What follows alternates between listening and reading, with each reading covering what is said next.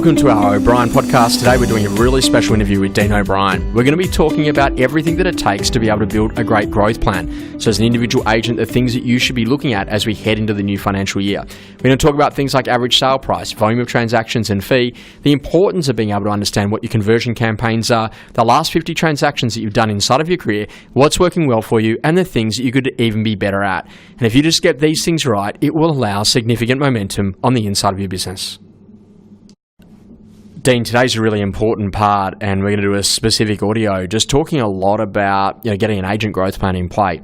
As we've come to the close of a financial year, we're starting off a new one. It's really important for people to kind of get really focused about what they really want out of their career. And this is a really simple idea about living life on purpose. That in order to have a great business, you want to think about having a great life, and having a great life is about making sure you've got some clear priorities. For me, I've got those priorities all around things like health, and then family, and then work. And if I'm going to be purposeful in work, then I've got to really look at always growing. Dean, how important is it for someone to have a bit of a focus that, as an individual salesperson, that they're growing on a continual basis around, what it actually is that they're achieving inside of their career? Josh, very important. One of our core values at our organisation is realising potential. And every day we come into our offices and every time we come into our place of work, and we just want to be the very best. We want to facilitate growth as our purpose and people to realise their potential. So having a plan makes this a lot easier. Allows us to communicate with our team, allows the agents to actually have a real purpose of getting up. If they know what their average sale price is, they know what sales volume they're going to do this year, they know what their average fee is and their market they serve, they can actually put a real strategic plan about achieving that potential that they're ultimately here for. And this is one of the big things is that, people often ask me, say, how do you coach someone like Alexander Phillips? And it's like, well, it's no different to coaching someone who's starting inside of the industry as a brand new person, because it's all about thinking about what his intent is. What does he actually come here to do?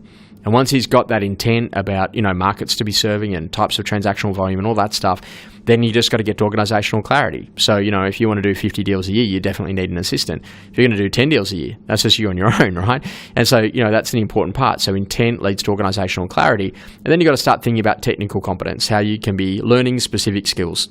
To me, Dean, some of the most important skills for people is to be learning how to do a great listing presentation, because once you know how to list, then ultimately things change for you inside of your career. And we've seen a number of people when we first started out in the Berwick office that have significantly driven their results, from Gerard McRae in the early days right the way through to Matty Harris, what we're doing with Paul Rogers, what we did with Jay Giblett, and a lot of those people, and even the Boyles now coming through, in more recent times, where as soon as people learn specifically how to do that listing presentation, it just changes what they do as an agent. Then there's all the prospecting skills, how to do a great open home callback, how to make sure that you're generating the leads, how to make sure that you're in a position that you can be getting enough listings. So Dean, as we come to this part of the year, what are some of the elements that you think are really important inside of a growth plan that an agent needs to pay particular attention to at a numbers level to make sure that they are getting the growth that they deserve? Look, numbers are very good and they're very important, but what you just said there about the listing presentation, Josh, was a significant shift in our business, because once they had a great listing presentation, they did great prospecting, which allowed our numbers then to grow because they were excited about prospecting. So when they got that opportunity to use that listing presentation, they were in there winning the business. But what's really important about their numbers at the moment and moving forward this time of the year so they can prepare for next financial year is actually understanding where their lead sources come from. And one of the actions we like to do is look at their last 50 sales, their last 50 listings, identify where their major lead sources are, and actually have a clear understanding of where they're best in business. That allows you then to focus on what is working well, but even better if we could also pick up this other area and have a direct alignment of understanding our business and amplifying that opportunity.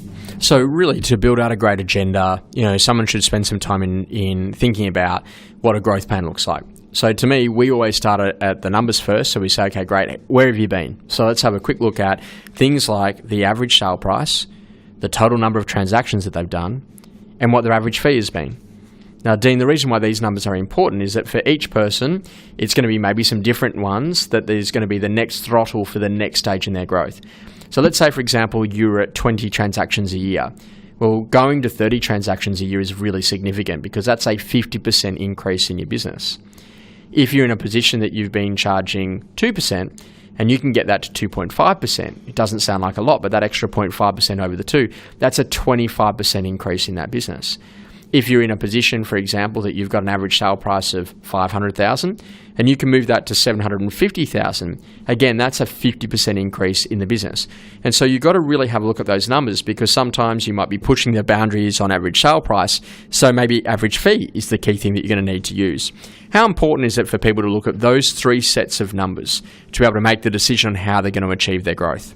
Josh, knowing these key numbers is really important. Your average price in your marketplace, the sales volume, and your fee. And if you just accelerate that by 10%, so your volume goes up by 10, 15, 20%, your fee, you add plus GST, means goes up by 10%. And if you go and your average sale price, you might want to go to an area that has maybe a 20 or 25% more aggressive. The whole thing in your business and the GCI that you can get into it goes up rapidly, not just a little bit, but a lot quicker. And then as we get more into your organisation and more into your business, you actually will accelerate your business quickly. You can 2x your business within 12 months, 18 months. And this is a big thing, is about getting intentional inside a business, right? Because, time is limited and you're not paid on time, you're paid on results. And so being a great agent is about really understanding, what it is that you're doing there. So, you've got to make some decisions with that and sitting down with your director. And it's really an important thing to talk about something going called total addressable market. So, sometimes someone says, hey, I'm at 50 transactions and I want to go to 100. But the problem is that inside of the market that they're working in, there's 100 transactions. So that would require 100% market share. Now, Dean, every real estate agent's going to have a relative, so it's probably not likely that you're going to get 100% market share in every market. So it is important to work out when is the time for the next market. And that might be sometimes not just geographically, but maybe different types of property. So you're moving from units to houses or houses to rural, and you're starting to be in that position to start to say, well, what actually is the capability sitting inside of my market, so then I can go and drive that. Once someone's reviewed their numbers and they're having a look at that, you've got a big belief that having a look over the last 50 transactions can give us some great insights into the business about what's working well and what's not. What do you look at when you look at those last 50 listings that have been brought into the business, and how does that potentially change what an agent does going forward? Josh, we look at the lead source. If we can review our last 50 sales and review the last 50 lead sources, we'll actually have a really good idea and a good understanding about our business. Whether that come from our community, are we actively involved into that? Social proof, buyer work, landlords, or existing or past clients, or even key centre of influences. So therefore, we actually know what's working well for us. But even better if we focus on this, because most businesses, as do, have leakage. And our idea in real estate is to not just win what we win, but identify that leakage and actually make it better for us moving forward. So I just look at that as a really important part, because when you start thinking about, okay, those last 50 transactions, what actually is the way that you're generating your leads? Now, for a lot of agents, if Open for Inspections was their major lead source, and then all of a sudden the total number of buyers coming through those opens gets bumpy, as we've experienced over the course of the last 18 months, then all of a sudden that key lead source is starting to dry up a bit. So you actually need to find alternate lead sources. And also, too, as a career progresses, sometimes there was a lead source that you didn't have that actually should now be a major lead source for you. Things like past clients or personal network that you're starting to build, or social proof during the course of every campaign. So really, you've got this theory, Dean, about thinking about how strategy is important, but then measuring that strategy to know whether or not it's being effective, so then you can adjust. So you're making sure you're getting the right number of appointments. How many people did you meet during the course of every campaign? How many of those people were actually future sellers? How many did you then add to your pipeline? And then just getting really clear about, well, what's working well in the business and what's the stuff that could even be better if. And when you bring that alignment together and you get the growth plan together, then it changes what you're doing. Now, it's fine to have a growth plan, but Dean, then it's also important to make sure that you're getting in there to go and measure the success of it as you're progressing, so then you can be adjusting throughout the course of the year. How important is it for someone to be measuring those numbers on a weekly basis, particularly around the listing, sales and income, actual versus target, and the buyer appointments, market appraisals and listing appointments for each individual member inside of the team? Very important, especially because as you stated there before, we are a results-driven industry. We're not about hours that we come to work. One of the things that I really like that has happened over the last 12 months is not that the market has shifted on us, but we've actually identified real estate is a lot more than just turning up to an open house and finding our customers there. What it actually is our existing clients have a lot more value to us than what actually happens on that OFI day. The OFI day has been an absolute lead source. I mean, for many real estate agents, it's been the only lead source over the last 12 months. But as 50% of people have left that OFI market these days, it's mean 50% of your lead source is gone. And we've been able to go back and really find the value of our past clients. So therefore, what is important is actually knowing where your past clients are, how do you address them, and actually one of the things we're looking at this year too is the fact that where we spend our marketing spend, is it spent to the new customer or is it spent to the existing customer? Because our existing customers have got a lot more to offer because they've already been part of our organisation. One of the best things we're doing in our campaigns, Josh, now is after a campaign's finished, we know how many of them are first home buyers, how many of them are landlords, and actually how many of them are second home buyers. That identifies what people come through our organisation, through our open for inspections, but also allows us to take that information to the next client that's in the similar marketplace. Understanding our prospecting numbers each week, what we need to do to get to it's a very simple process, is that if we need 25 new leads to get 5 more either maps or laps, therefore that we have 5 to get 1, and we can then put that into play against the plan. If we want to get 40 transactions a year, and we want to get, we've got to get 30 new prospect sellers in that marketplace for a new agent. Identifying that an existing agent, which is one of our 5-year A game players, they might not find as many new contacts and prospects because they're already dealing with existing clients. So therefore, each agent has a different model and a different strategy behind it. So numbers are so important, and they are important on an individual basis, just not on a volume base. So really for an agent, this is also about identifying what your conversion campaigns are. So Seth Godin wrote a great book called This Is Marketing, and in that he spoke about conversion campaigns and also, just branding or marketing campaigns for brand awareness. And so brand awareness is great, but ultimately you need to move into a position that you've got your conversion campaigns and you're making that happen. So to me, this is also about getting really intentional inside of those call sessions, right? So that you're saying, okay, when I go to do a call is broken up into 3 very specific things. You've got an opener, you've then got the middle or the body of the call, which then leads into a closer. And so ultimately in the opener, that's whatever you say in the course of the first 15 seconds. When you go to the body of the call, what you're talking about is what do I want this client to know, what do I want them to feel, or what do I want them to do? And then when we get to the closer, we're trying to do one of 2 things. We're either trying to get permission to continue the relationship, or we're actually trying to book an appointment. So let's have a quick look about how that might work. Let's say, Dean, I do a quick just listed call to you, very simple. Hi Dean, Josh Vegan calling from OBrien's. Just a very quick courtesy call. I wanted to let you know that we've just listed number 25 in your street. It's going to be open on Saturday between 10 and 10:30 if you wanted to pop down. By the way, how are things with you guys? And how's the house? And Dean, would it be okay if I let you know when it sells and what it makes? Now, what we're doing in that call is we're looking for the dissatisfaction of the client around them and their house. But the secondary thing that we're also doing is we're actually going to book, permission to be able to call them back when the property has been sold. Now we then move into the second type of call, which is the just sold call. This time around, we're actually going to go for the appointment. Hi Dean, Josh Vegan calling from OBrien's. Just a very quick courtesy call. I just wanted to let you know that number 25 in your street has actually just been sold. Did you hear how much the property sold for? No, you didn't. Okay, great. Well, it sold for $1 million. So quick question, based on that, Dean, what does that now mean your place is worth? What I'd love to do, pop out, give you a bit of an idea on the value, so then you can make some better decisions for the future. Would that be useful? Would that be okay? Would you let me do that for you? I could do something tomorrow. Would 2 o'clock or 4 o'clock be best? And what we're doing there is we're actually going to book the appointment. What I've seen a lot of people do, Dean, in their career is that they've just been touching base with a client for their entire career and never booked an appointment.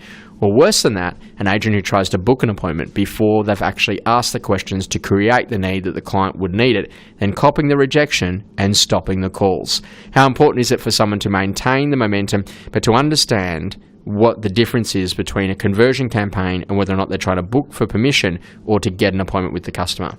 Josh, I like the way you look at that, and it's always asking for the permission to do, permission to continue to communicate, permission to come and help and assist.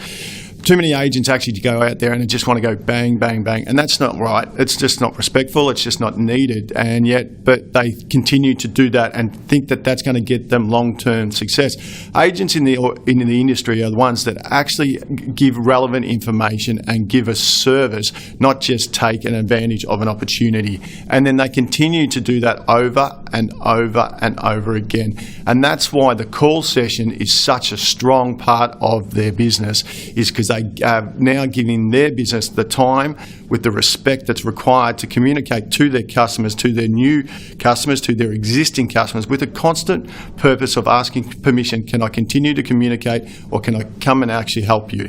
And that's either by giving them an update of where they sit in the current marketplace, or that's actually taking them to the market to get the successful sale, or for a new client is actually being on board to understand that I'm here to help whether you need me now or in the near future. And I think the need to understand the value of asking permission is just a great part of an agent's business. I just think that, at the end of the day, you want to drive a lot of momentum and you want to drive consistency.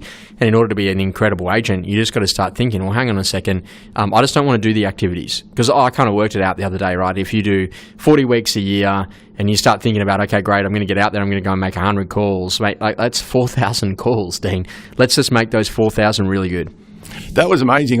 You brought that up yesterday in training, and one of the things we look at, we train so big on the listing presentation, we train so big on the OFI, but how much time are we spending on the call? And when you brought that number up, I go, wow. So if I've got an agent in my organisation that is working 40, 45 weeks and they're making 100 phone calls each week, that's 45,000 phone calls a year that's going out in the marketplace, going out to their potential new clients. We've got to be very best on ground at that, but do we spend enough time on that? Or do we actually understand the importance of a great call? And that's such an important part of what we do as an agent, right? It's like every single day you want to go and build momentum. And as we come to the close in today's audio, you just want to think about this, right? A 45-minute call session done every day. Times that by 5 days a week, times that by 40 weeks in the year, allowing for some time for things to be off and holiday periods and stuff. That's effectively 200 days, 200 call sessions. You get one appointment in each, that's 200 appointments. If half of those turn into something, that's 100. If half of those turn into actually something, a live listing presentation, that's 50. Times that by, say, $10,000 in fees, that's at least $500,000 in fee production. So how serious are you about growth? Because to me, it's the little things done consistently that build over time and that actually allow you to be able to build massive momentum, and big doors big doors swing on small hinges. And this is a small hinge, but an important one every day. Getting out there, getting in front of people, making those appointments, making that happen. And I think that we see that with a lot of the people that have really grown and progressed their careers here at OBrien, is that their whole focus is about making sure that they're doing the basics really well. Josh, I think it's really important that they know their numbers, work with a purpose, and be serious about their business and do it the very best they can be.